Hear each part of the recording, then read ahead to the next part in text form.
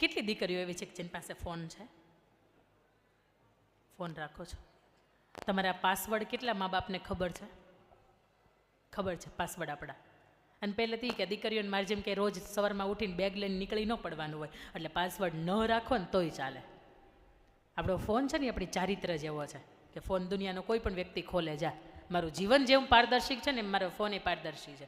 અને આપણા મા બાપ બિચારા એટલા બધા ભોળા છે કે એને સ્નેપચેટમાં, એને ઇન્સ્ટાગ્રામમાં, એને વોટ્સઅપમાં, એને ફેસબુક મેસેન્જરમાં કાંઈ ખબર નથી પડતી. પણ એને ખબર નથી પડતી ને એટલે આપણને મળેલી જે સ્વતંત્રતા છે ને એ સ્વચ્છંદતામાં ન ફેરવાય ને ક્યાંક એ ન ભૂલાય. આપણે એમ કહ્યું હોય કે હું અહીંથી વઢવાણ જાઉં છું અને પછી ઓલી બાજુ કોઠારિયા થઈને તમે નીકળો, પણ નહીં, મા બાપને એટલો વિશ્વાસ હોવો જોઈએ કે મારી દીકરી મને કે મારો દીકરો મને અહીંયા કહીને ગયો છે ને એટલે ત્યાંથી જ નીકળે. આવા પટેલ સંકુલની અંદર છાત્રાલયની અંદર તમને ભણવા મોકલ્યા હોય અને એની અંદર તમે તમારા મા બાપને ખબર ન પડે અને ભણતરનો ફાયદો તમે ઉઠાવો અને એના નામ ઉપર તમને સારું લાગે એ તમે દિવસની અંદર કરો. મા બાપને રાત્રે ઊંઘ નથી આવતી. 18 વર્ષનો દીકરો કે દીકરી, તમે ખાસ દીકરી થાય ને એટલે રાત દિવસની ઊંઘ એને ભૂલાઈ જાય છે.